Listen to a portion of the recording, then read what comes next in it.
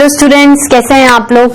Students देखिए, 10th में हम लोगों ने 9th का सिलेबस कवर अप करने के बाद we have started 10th syllabus. 10th syllabus में हम लोगों ने आर एनवायरमेंट जो नंबर 1 चैप्टर था, मतलब चैप्टर जरूरी नहीं कि बुक में नंबर 1 हो, लेकिन हमारी तरफ से जो चैप्टर स्टार्ट किया था आर एनवायरमेंट हम लोगों ने कर लिया था।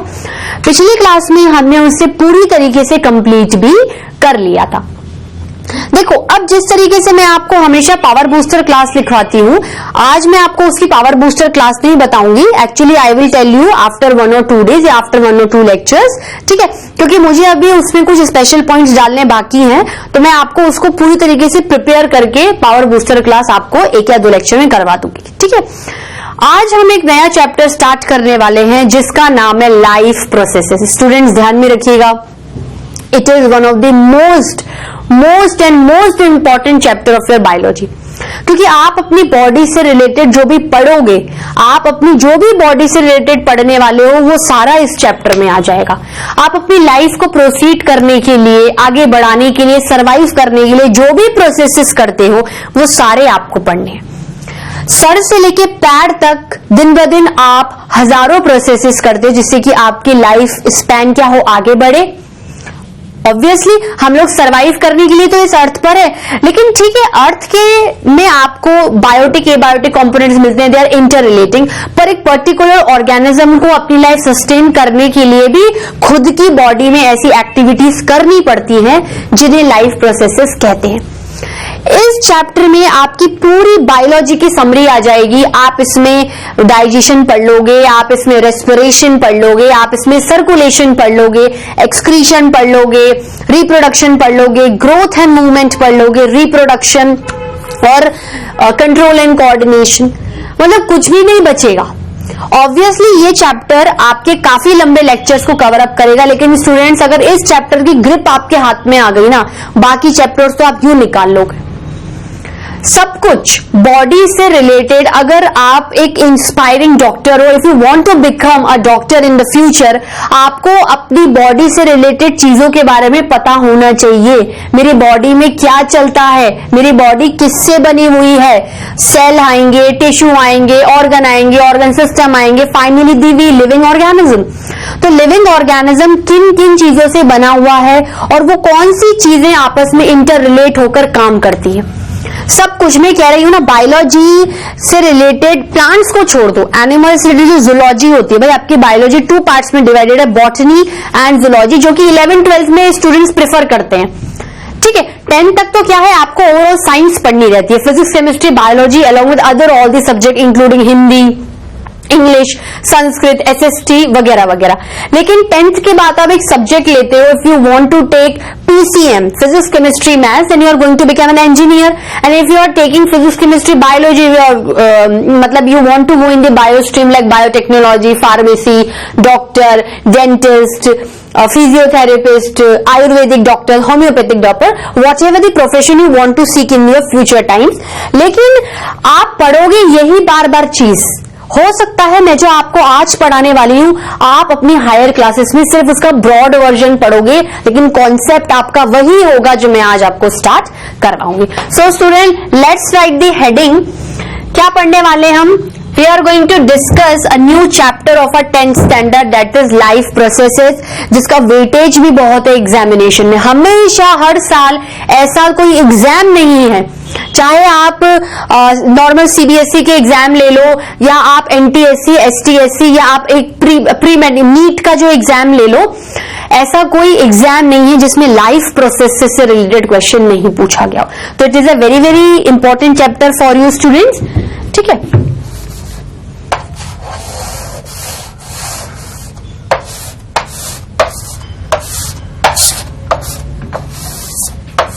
लाइफ मतलब ये लाइफ जो जीवन हम निकाल रहे हैं, जो जीवन हम जी रहे हैं।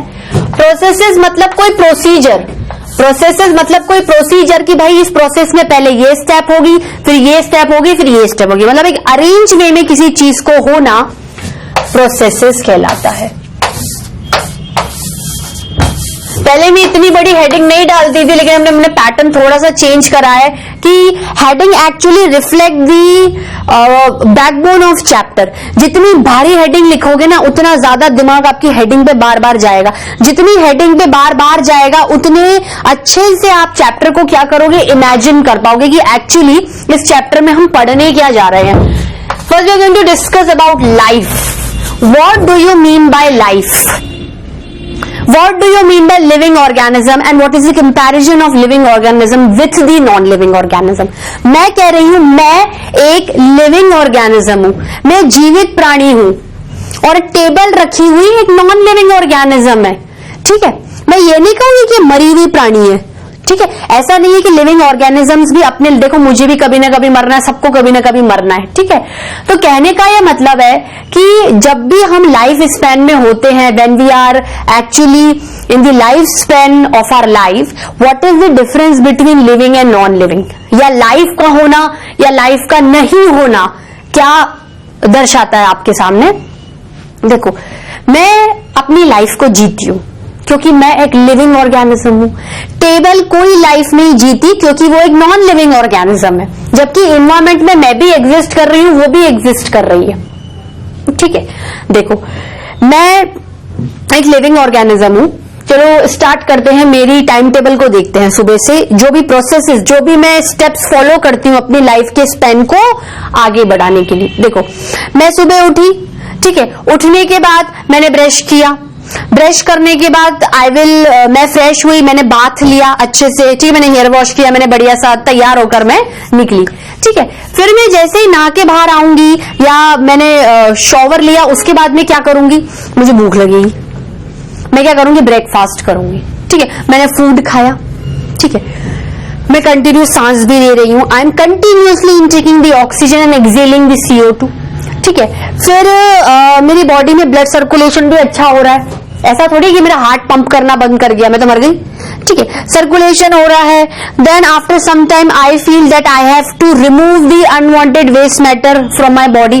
ठीक है, मेरे को मूवमेंट करना है एक से दूसरी जगह, तो मैं मूवमेंट भी कर लेती हूँ। मुझे डांस का शौक है तो मैं अपने बॉडी पार्ट्स को अच्छे से मूव कर लेती हूँ, इधर से उधर चली जाती हूँ, मूवमेंट एंड लोकोमोशन भी करती हूँ। ठीक है, फिर जनरली क्या होता है, अब रिप्रोडक्शन की बात करें तो generally in our country the marriages are happening between a girl and a boy. ठीक है, a male and a female, they both come in physical contact and they will result in a baby. ठीक है, तो इस procedure को क्या बोलते हैं, इस प्रोसीजर को बोलते हैं रिप्रोडक्शन, कि उन्होंने अपने जैसा ही कोई ऑर्गेनिज्म रिप्रोड्यूस कर दिया।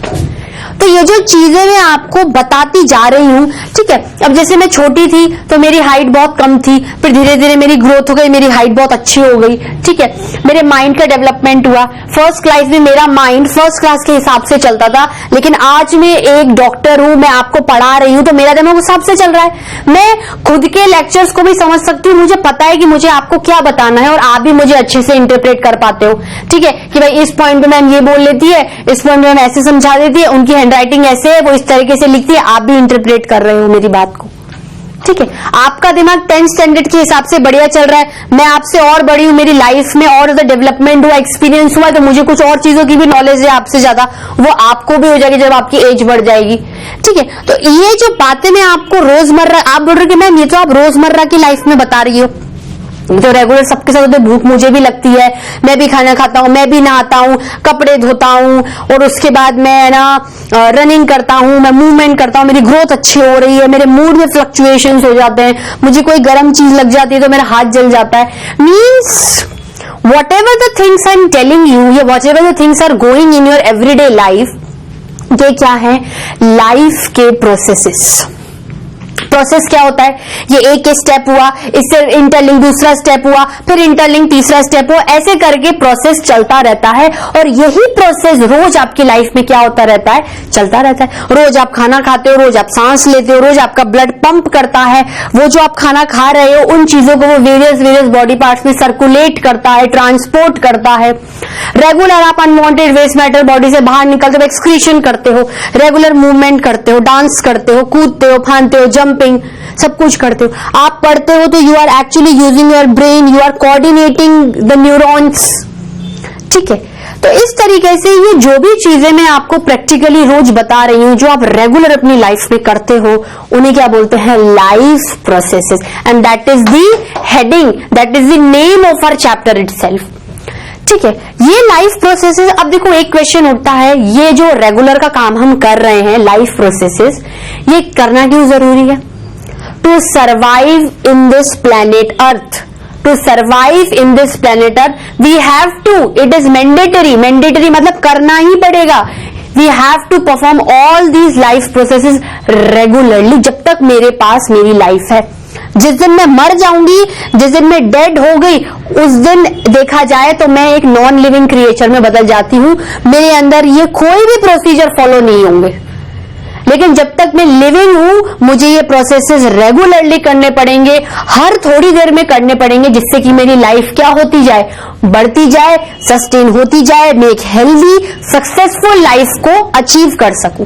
ठीक है, तो लाइफ प्रोसेसेस का मतलब क्या होता है स्टूडेंट्स? लाइफ प्रोसेसेस का मतलब होता है, चलिए अब जो मैंने आपको बताया है वो मैं आपको लिखना स्टार्ट करवाती हूं। लाइफ मीन्स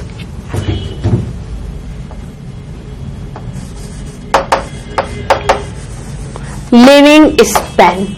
स्पैन मतलब टाइम पीरियड, कितने टाइम पीरियड तक मैं लिविंग हूं, कितने टाइम पीरियड तक मैं ऐसे प्रोसीजर्स करूंगी कि वो मेरे को लिविंग कंडीशन में ही डाल के रखें। ठीक है,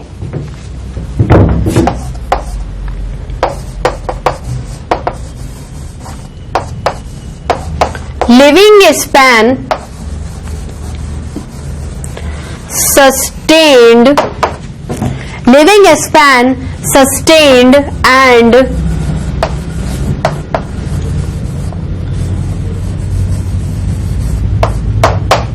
exhibited by living organisms,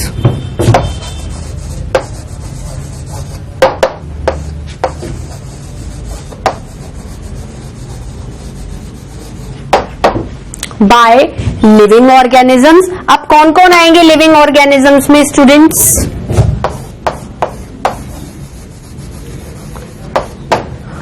plants,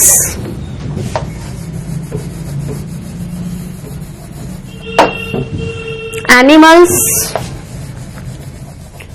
and, या इंक्लूडिंग बोल सकते हो, एंड ही लिख लो अलग से, एंड ह्यूमन बींग्स। ठीक है, अब मुझे एक बात बताओ, what do you mean by life processes? Life processes are actually those activities which is performed by the living organism to sustain his और her life in this planet earth. कोई भी ऐसी एक्टिविटी जो मैं रेगुलर करूंगी, जिसकी वजह से मेरी लाइफ क्या हो जाएगी? दिन ब दिन प्रोग्रेस करेगी, एक सक्सेसफुल हेल्दी लाइफ स्पेन होती जाएगी और मेरा सर्वाइवल उस अर्थ पे एग्जिस्ट भी करवाती जाएगी, क्योंकि रहना तो आपको अर्थ पे ही है। आप जब तक सस्टेन नहीं करोगे, how will you interact with your other biotic components as well as the biotic components also? तो आपका सर्वाइवल पहले जरूरी है और आपको सर्वाइव करने के लिए लाइफ प्रोसेसेस को रेगुलर प्रोसीड करवाना ही पड़ेगा। ठीक है, तो क्या लिखूंगी लाइफ प्रोसेसेस में?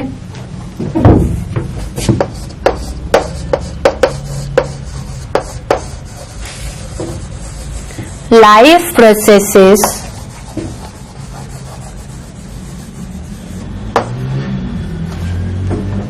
are those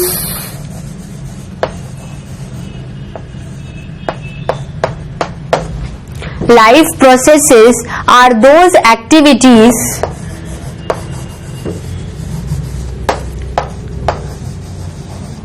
which are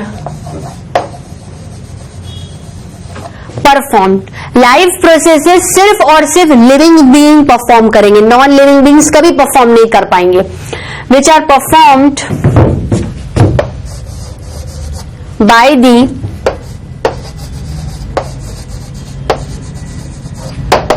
living organisms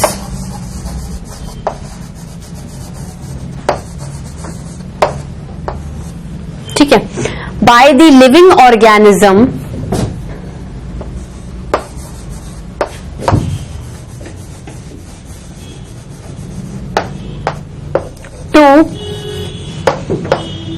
sustain their life,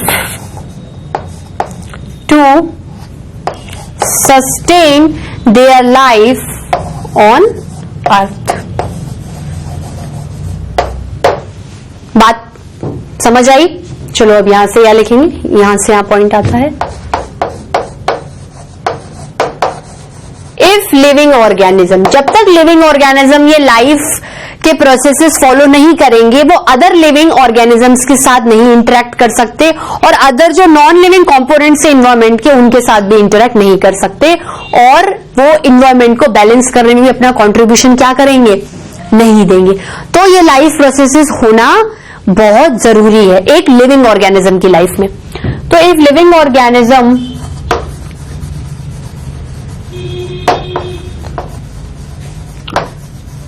able to perform the life processes, then he or she में कौन आ गया, जनरली। चलो देखो he और she मत लिखो, आप तो लिविंग ऑर्गेनिज्म लिखो, आप कंफ्यूज होंगे। देन अ पर्टिकुलर, पर्टिकुलर मतलब कोई एक लिविंग ऑर्गेनिज्म पकड़ लो, वो कोई भी हो सकता है, प्लांट भी हो सकता है, एनिमल भी हो सकता है, लिविंग ऑर्गेनिज्म में कोई लड़का भी हो सकता है, कोई लड़की भी हो सकती है। Then a particular living organism, ये भी पर्टिकुलर ही है, कोई भी लिविंग ऑर्गेनिज्म मान लो, जरूरी नहीं है कि आपको ह्यूमन बींग्स को कंसिडर करना है। Other animals and plants are also living organism, micro organisms are also living organism. So if living organism able to perform the life processes, then a particular organism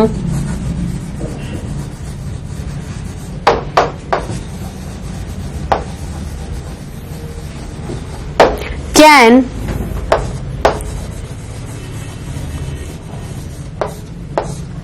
easily interact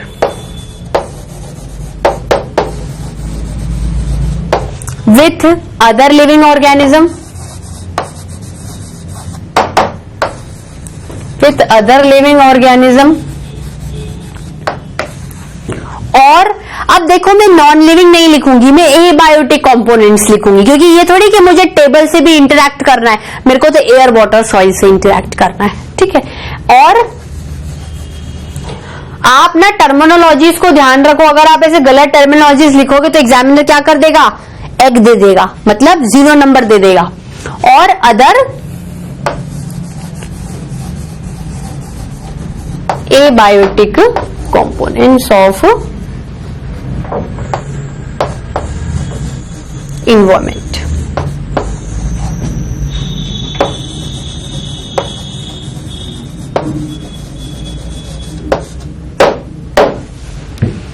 ठीक है, मतलब living organism के life processes directly और indirectly क्या करते हैं, आपके environment को बैलेंस करने में मदद करवा रहे हैं, क्योंकि living organism life processes continue करेंगे तभी वो दूसरे लिविंग ऑर्गेनिज्म या एबायोटिक कंपोनेंट्स के साथ इंटरेक्ट कर पाएंगे। ठीक है स्टूडेंट्स, तो क्या लिख सकते हैं,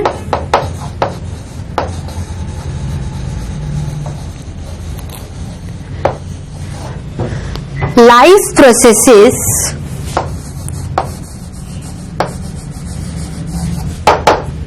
of a living organism contribute in a balanced environment। जो बोल रही हूं स्टूडेंट्स वही लिखवा रही हूं, कुछ भी अलग नहीं लिखा रही हूं, कुछ भी अलग नहीं बोल रही हूं। तो life processes of a living organism contribute to a balanced environment. ये एनवायरनमेंट का टॉपिक तो घिसा पिटा लेके हर चैप्टर में ही घुसेगा, देखना।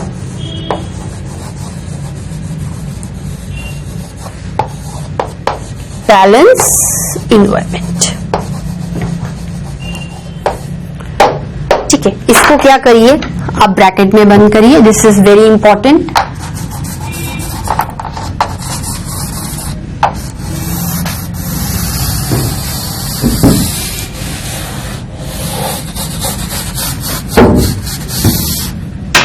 ठीक है स्टूडेंट्स, स्टार मार्क करिए, बहुत इंपॉर्टेंट पॉइंट है। इससे क्या कर दिया, आपके लाइफ प्रोसेसेस के चैप्टर को आर एनवायरनमेंट से इंटरलिंक्ड कर दिया। ठीक है स्टूडेंट्स, नोट डाउन करिए। स्टूडेंट्स नोट डाउन किया? चलिए, अब मुझे एक बात बताओ, एक लिविंग बीइंग और एक नॉन लिविंग, मतलब लिविंग ऑर्गेनिज्म और नॉन लिविंग ऑर्गेनिज्म में आपको क्या फर्क समझ आता है? ठीक है, बताओ। इसको देखो, आपने ये देखा होगा कि मैंने आपको कंटेंट्स नहीं लिखा है इस चैप्टर में, मैंने आपको कंटेंट्स नहीं लिखा है, मैं अब लिखाऊंगी कंटेंट, क्योंकि एक तरीके से ये चैप्टर में कोई कंटेंट लिखने की जरूरत ही नहीं है, हर कंटेंट अपने में एक बड़ा चैप्टर है। ठीक है, तो कंटेंट करके कोई टॉपिक मत डालना स्टूडेंट, इसमें से स्टार्टिंग इसकी यहीं से ही होगी। ठीक है, अभी मैं आपको इसी में ही कंटेंट समझा दूंगी। ठीक है, तो आप कंटेंट करके कोई भी टॉपिक क्या करना मत लिखना। ये हेडिंग भी हटा देती हूं क्योंकि जगह घेरेगी। आपको क्या, चैप्टर तो मैंने बता ही दिया। ठीक है, कंटेंट नहीं लिख रहे। अगर ओवरऑल बात करें तो what is the difference between a living organism and a non living organism? मैं कहती हूं लिविंग ऑर्गेनिज्म लाइफ प्रोसेसेस करेगा, नॉन लिविंग ऑर्गेनिज्म नहीं करेगा। ठीक है, तो चलो सबसे पहले जो मैंने बोला उसको लिख लेते हैं।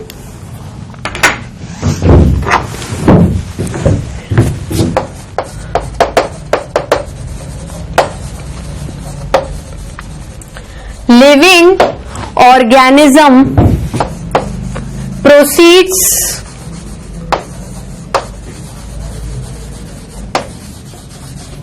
और कैरी आउट वेरियस, मतलब लाइफ प्रोसेसेस बहुत तरीके के होते हैं, और अब मैं आपको लाइफ प्रोसेसेस के बारे में लिखाऊंगी, वही एक्चुअली आपके चैप्टर के कंटेंट्स होंगे।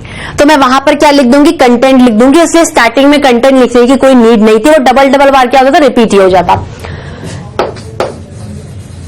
Carry out various life processes whereas non living organism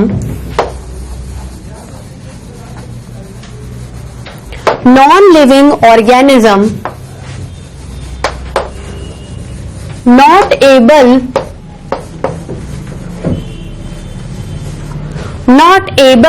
to proceed such life processes। ठीक है, such life processes। अब हम बात करेंगे what are the various life processes, या what are the actually various activities which is performing by a living organism regularly, और इसी की वजह से आप लिविंग और नॉन लिविंग में फर्क बता सकते हो। ठीक है, तो हम लोग क्या बात करेंगे,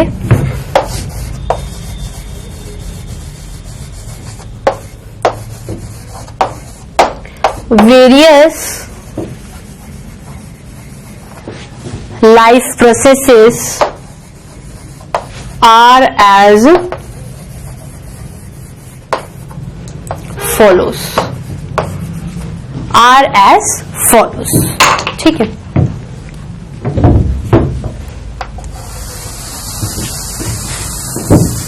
various life processes R S follows. Actually एक इसमें आ रहा है, ये आपके कंटेंट में आ जाएगा। अगर मैं कंटेंट लिखाती तो यही सारे पॉइंट्स क्या कराती, वापस कराती। ठीक है, चलो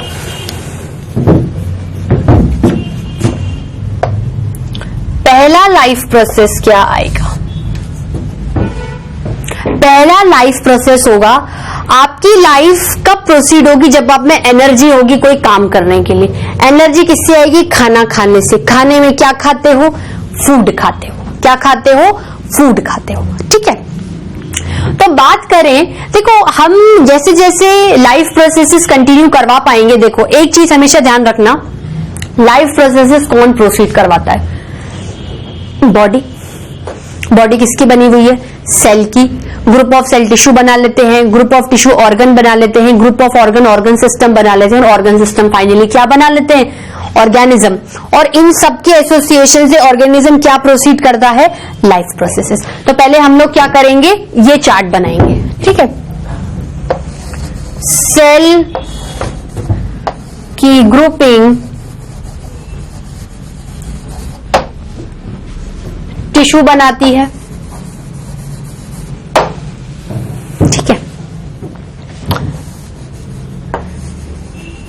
टिश्यू की ग्रुपिंग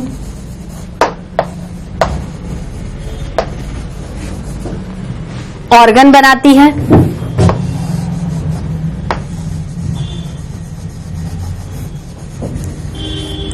ऑर्गन की ग्रुपिंग ऑर्गन सिस्टम बनाती है, ठीक है। और ऑर्गन सिस्टम की ग्रुपिंग क्या बनाती है? ऑर्गेनिज्म, ठीक है। अब देखो इन सबके एसोसिएशन से,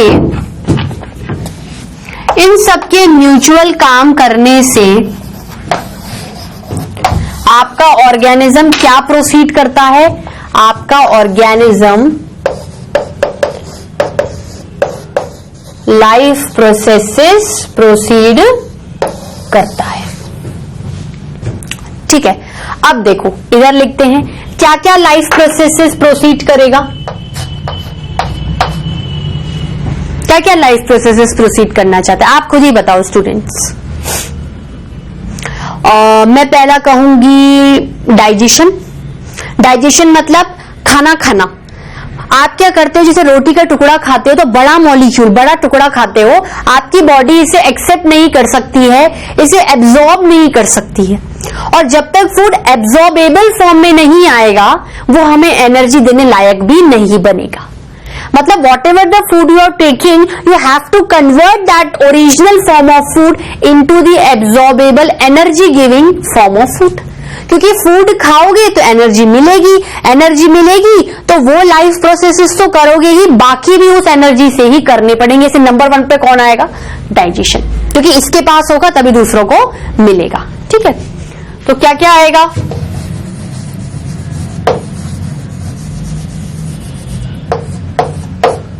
मैं सिर्फ नाम लिखाऊंगी, इनके बारे में छोटा छोटा इंट्रोडक्शन और डीपली अपन नेक्स्ट में पढ़ेंगे। अभी मैं इस लेक्चर में आपको सिर्फ नाम लिखाऊंगी, इसके बारे में भी कुछ नहीं बता रही हूं, आप सिर्फ नाम लिखते चलिए। उसके बाद डाइजेशन के बाद रेस्पिरेशन। जो भी आप खाना ले रहे हो एनर्जी उसमें से कौन बाहर निकालेगा? रेस्पिरेशन। रेस्पिरेशन 2 तरीके से हो सकता है, एक तो ऑक्सीजन लेना, CO2 बाहर निकालना, और उस ऑक्सीजन की वजह से ही एक और स्टेप चलेगा कि ऑक्सीजन ही फूड में से एनर्जी को खींचेगा, डिराइव करेगा और आपको प्रोवाइड करेगा। उसके बाद ये जो खाना खाया या एनर्जी बनी, क्या आप चाहोगे ये बॉडी के एक ही पार्ट में हो? नहीं, it should be circulated and transported to the various parts of the body. तो तीसरा क्या आएगा? ट्रांसपोर्टेशन। तीसरा क्या आएगा? ट्रांसपोर्टेशन या फिर सर्कुलेशन, ठीक है। उसके बाद चौथा क्या आएगा? आपने इतने सारे काम किए, बहुत सारी एक्टिविटीज में वेस्ट प्रोडक्ट्स भी निकलेंगे, बॉडी से वेस्ट प्रोडक्ट का बाहर निकालना है, उसको एग्जिट कराना है, तो इजेशन या फिर एक्सक्रीशन। ई मतलब एग्जिट, एक्सक्रीशन। फिर आता है आपको अगर एक जगह से दूसरी जगह पे मूव करना है, अपनी बॉडी की लॉन्ग एक्सिस के उधर या तो मूव करना है या फिर इधर से उधर मूव करना है। मतलब अपनी पोजीशन पे मूवमेंट करो या एक पोजीशन से दूसरे पोजीशन में चले जाओ। Movement and locomotion, movement and locomotion. अगर आपको अपने जैसा ही कुछ करना है, अपने जैसा ही कुछ रिप्रोड्यूस करना है, तो आपको रिप्रोडक्शन करना पड़ेगा। आपको क्या करना पड़ेगा? रिप्रोडक्शन करना पड़ेगा। फिर आता है अगर आपकी बॉडी को कोई सेंस करना है कि गर्म पानी में हाथ डालने पर गर्मी लगेगी, सुई चुभने पर आपको दर्द होगा, ये सेंस कौन देगा? ये कोऑर्डिनेट कौन करेगा? कौन बॉडी को कंट्रोल करके रखेगा? Control and coordination, control and coordination, ठीक है स्टूडेंट्स। ये मेन लाइफ प्रोसेसेस है। अगर इसके अलावा भी मुझे कुछ बताना होगा तो मैं इसके आगे बताऊंगी और इनको तो समझाऊंगी। तो आज के लेक्चर में अपन इतना ही पढ़ेंगे। अपन ने क्या है आज चैप्टर स्टार्ट कर लिया लाइफ प्रोसेसेस। लाइफ प्रोसेसेस में हम लोगों ने इंट्रोडक्शन ले लिया। मैंने आपको कंटेंट इसलिए नहीं लिखाए थे क्योंकि एक्चुअली क्या है यही आपके कंटेंट्स है, यही क्या है आपके कंटेंट्स है। अब मैं क्या करूंगी, इनमें भी क्या है आपको सब नहीं पढ़ना, कुछ कुछ चीजें ही पढ़नी है। तो ये मान लो कि ये आपके चैप्टर की क्या है कंटेंट ही है।